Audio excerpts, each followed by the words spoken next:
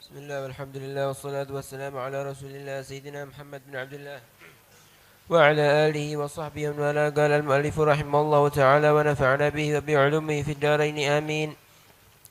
الفصل السابع عشر.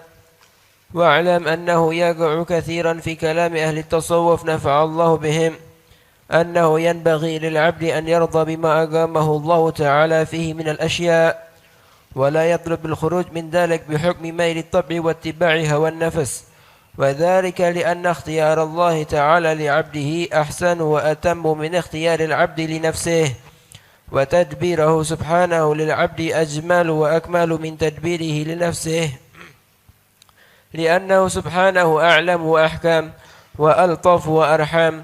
ولكن قد يلتبس الأمر على بعض المغترين من الجاهلين والغافلين فيظنون أن إقامة الله لهم فيما هم فيه هو أمر مطلق غير مقيد وأمر عام غير مخصوص، حتى إنا قد نسمع على ألسنة بعضهم من الكلمات الشنيعة والاحتجاجات الداحضة ما لا أصل له ولا حجة فيه ولا بينة به.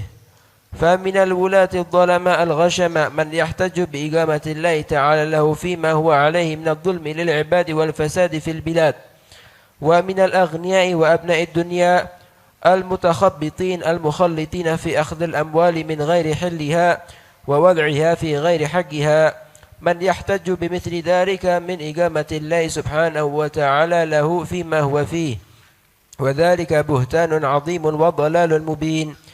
وبيانه أن إقامة الله للعبد لا تكون إلا فيما يحبه الله ويرضاه من الأمور والأحوال، هذا هو الشرط الأول. والثاني أن يكون فيما هو فيه عاملا بطاعة الله تعالى وسالكا سبيل مرضاة الله سبحانه.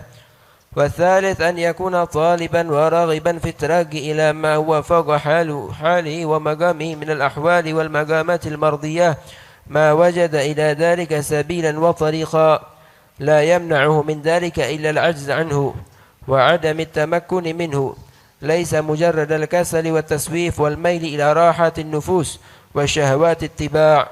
فتأمل هذه الجملة وأمعن النظر فيها فإنها مهمة جدا. والسلام. بسم الله والحمد لله والصلاة والسلام على رسول الله سيدنا مولانا محمد بن عبد الله وعلى alihi wa sahbihi wala haula wala quwwata illa billah. Daripada ajaran orang-orang ahli tasawuf radhiyallahu anhum wa nafa'anallahu bihim, manusia itu harus ridha dengan apa yang telah Allah jadikan dia pada posisi tertentu, pada jabatan tertentu, pada keadaan tertentu. Janganlah berusaha untuk menghindar, janganlah berusaha untuk menghindar dari yang Allah Subhanahu wa taala tetapkan hanya karena untuk mailun nafas, kesenangan jiwa belaka. Tapi teruskan dengan apa yang Allah Subhanahu wa taala telah pilihkan kamu pada keadaan tertentu itu. Cuma banyak orang yang tertipu ada di situ. Kenapa? Karena kalau memang kita mau meneruskan dengan yang Allah pilih itu akan lebih tepat. Karena Allah lebih mengetahui apa yang terbaik untuk kita. Tapi jangan tertipu. Gambarannya begini. Kalau Allah jadikan kamu tadi itu orang yang masyhur, orang yang dikenal. Maka percuma kamu akan sembunyi. Karena kamu pasti akan tetap dicari. Silahkan kamu tampil, tetapi jangan tertipu. Tetapi jangan tertipu. Kalau kamu dijadikan misalnya orang bisnis, kamu nggak akan bisa menghindar. Silahkan Anda menjadi bisnis yang sukses, tapi jangan tertipu. Kalau kamu menjadi seorang da'i, Anda kepingin ngajar, tapi Allah jadikan kamu diterima, magbulul kalam, diterima omongan kamu. Silahkan jadi da'i, tapi jangan tertipu. Sebagian orang tertipu. Gambarannya begini orang tertipu. Dia misalnya dijadikan pejabat.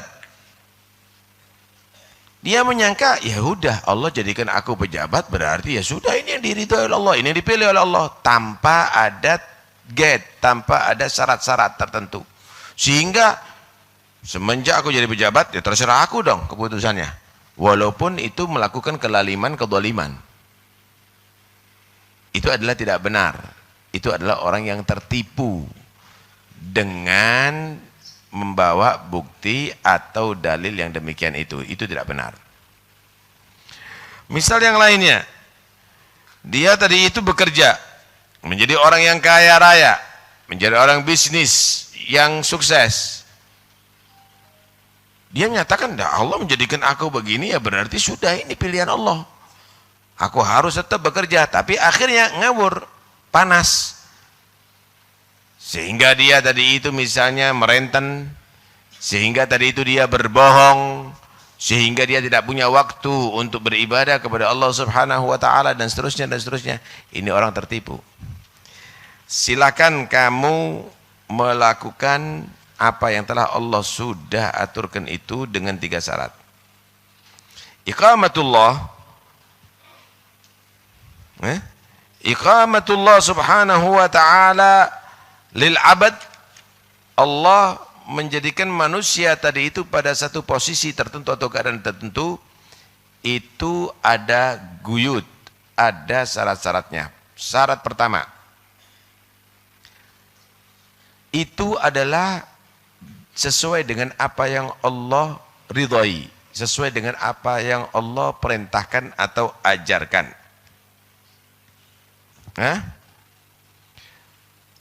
Anda misalnya bekerja, sesuai enggak? Oh ya, Anda jujur, Anda juga ada ajak dagang.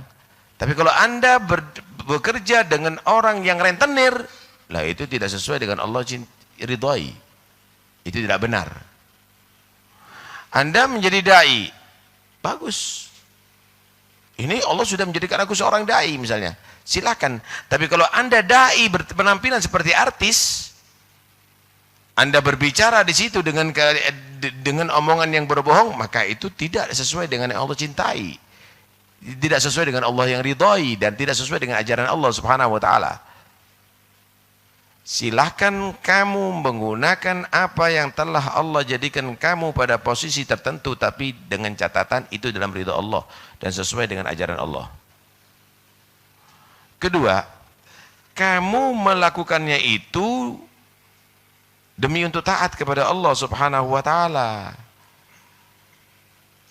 Jangan kamu seorang dai untuk mengumpulkan harta. Jangan kamu seorang bisnis yang lupa dengan zikrullah, yang lupa dengan ajaran Allah, yang dengan segala cara yang kamu mendapatkan keberuntungan. Jangan kamu menjadi seorang hakim, seorang imam, seorang pemimpin, mempunyai jabatan, tapi kamu zalim semuanya sendiri, menindas rakyat dan seterusnya.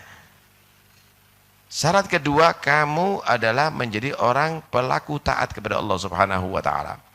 Syarat yang ketiga, tujuan kamu adalah dari posisi kamu itu, baik kamu itu dai kah, alim kah, guru kah, bisnis kah, pejabat kah, adalah untuk mendapatkan derajat tertentu di sisi Tuhan, di sisi Allah.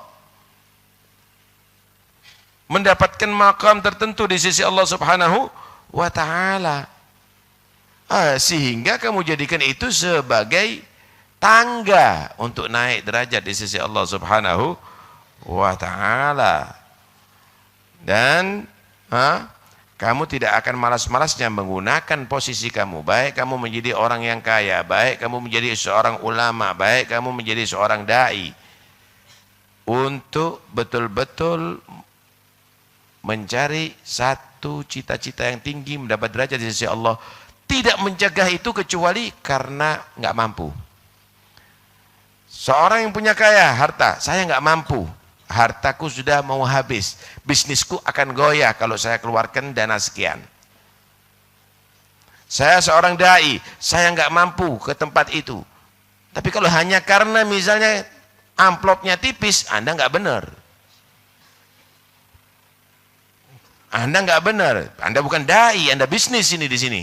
Bisnis dengan hanya sekedar kalam. Lisannya kamu gunakan untuk mengeruk hartanya orang, itu namanya. Begitulah seorang pejabat. Kalau memang tidak mampu, oke, kamu boleh tidak melaksanakan. Semang mbak mampu, dituntut. Ambil itu derajat. Raih itu makam di sisi Allah Subhanahu wa ta'ala. Karena itu, awas, hati-hati. Omongannya orang tasawuf tadi itu bukan untuk ditiru, saudara. Omongannya orang tasawuf tadi itu harus betul-betul dipahami. Ngomong seperti orang tasawuf tadi itu kadang-kadang kalau bukan bentuk tasawuf itu bisa menyesatkan loh. Sama bukan dokter, sok dia dari dokter, ngasih resep. Akhirnya anak kecil dikasih obat orang besar. Jadi racun, saudara. Begitulah orang kalau dia tadi itu berbicara omongan tasawuf, sok makrifat, tapi dia ajarkan kepada orang yang tidak benar. Ini adalah penyesat umat, bukan orang makrifat billah. Ini penyesat umat. Akhirnya dia tadi itu salah dalam bersikap. Saya ingatkan baik-baik ada di sini. Silahkan Anda menerima apa yang Allah Subhanahu wa ta'ala tentukan kepada Anda. Jangan Anda menghindar. Mau diapain?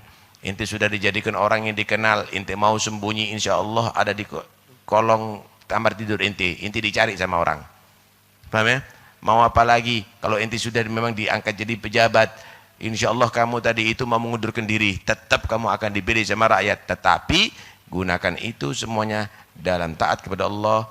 Kemudian dengan cara yang diridhai oleh Allah Subhanahu wa ta'ala. Dan untuk mengambil derajat di sisi Allah Subhanahu wa ta'ala. Jangan tertipu dengan itu semuanya. Akhirnya kamu celaka gara-gara ilmu kamu. Wa adallallahu alaihi ilm. Kamu celaka gara-gara hartanya kamu. Ya ayyuhalladzina amanu la tulhikum amwalukum wala auladukum an dzikrillah. Wa man yaf'al dzalika fa ulaika humul khasirun. Mereka akan menjadi orang yang merugi. Jangan celaka karena jabatan kamu. Akhirnya banyak orang yang dihormati di dunia tapi dia terhina nanti ada di akhirat. Na'udzubillah min dzalik. Mudah-mudahan Allah memberikan keselamatan kepada kita. Allah pilihkan segala hal yang terbaik untuk diri kita dunia sampai akhirat. Radhina bima qadahullahu wa qaddar. Kita ridha dengan apa yang Allah takdirkan, dan dengan apa yang Allah tentukan, dan mudah-mudahan insyaallah ketentuan itu adalah yang terbaik bagi kita semuanya. Amin Allahumma amin. Mengingatkan juga, alhamdulillah hampir 1 bulan untuk Maunah sudah sepertiga ya. Hampir sepertiga dana yang sudah terkumpul. Karena itu jangan lupa niatkan untuk bisa membantu semampu Anda, sehingga insya Allah antum punya klinik ada di kota Pasuruan ini, dan setelah klinik insya Allah akan antum punya rumah sakit. Biar gak bingung kalau menitipkan orang yang lagi sakit, akan kita tangani dengan sebaik mungkin insyaallah biqudratillah. Dan itu milik antum semuanya, bukan milik siapa-siapa, tapi milik antum kaum muslimin yang ada di sini semuanya. Wallahu a'lam.